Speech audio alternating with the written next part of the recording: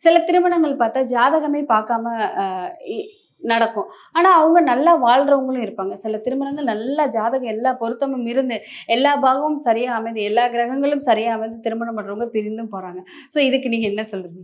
இதுக்கு காரணம் என்ன அப்படின்னு பார்த்தீங்கன்னா, முதல் விஷயம் வந்து இப்ப நீங்க சொல்றது வந்து ஜாதகமே பார்க்காம பண்றது யார் பண்ணுவாங்கன்னா, மேக்ஸிமம் வந்து லவ் மேரேஜ் பண்றவங்க பார்க்க மாட்டாங்க. சரிங்களா? ஏதோ ஒரு விஷயத்துல வந்து 2 பேருக்குள்ளேயும் ஒரு மியூச்சுவல் அண்டர்ஸ்டாண்டிங் வந்து ரன் ஆகி போயிடும். அந்த லைஃப் வந்து அப்படியே போயிடும். இங்கேயும் அந்த ஸ்டேட்டஸ்ன்னு ஒரு விஷயம் வந்து வேலை செய்யும். ஏன்னா, இது வந்து அவங்க பார்த்தது.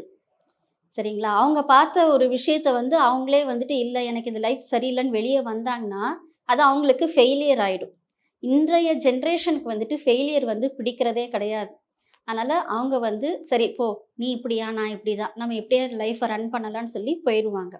ஆனால் ஒரு சிலருக்கு அவங்க பார்க்கவே இல்லனாலும், அந்த ஜாதகம் ஏதோ ஒரு வகையில கண்டிப்பாக சேர்ந்திருக்கும்.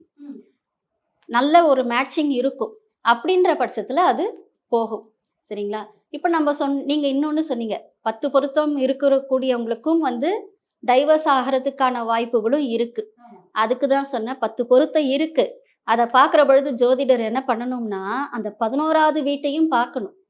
7 வலுவா இருக்குதா, 11 வலுவா இருக்கான்றத பார்க்கணும். அப்ப 11 வலுத்துது அப்படின்னா, இவங்க பிரிவுன்றது உறுதியாகும்.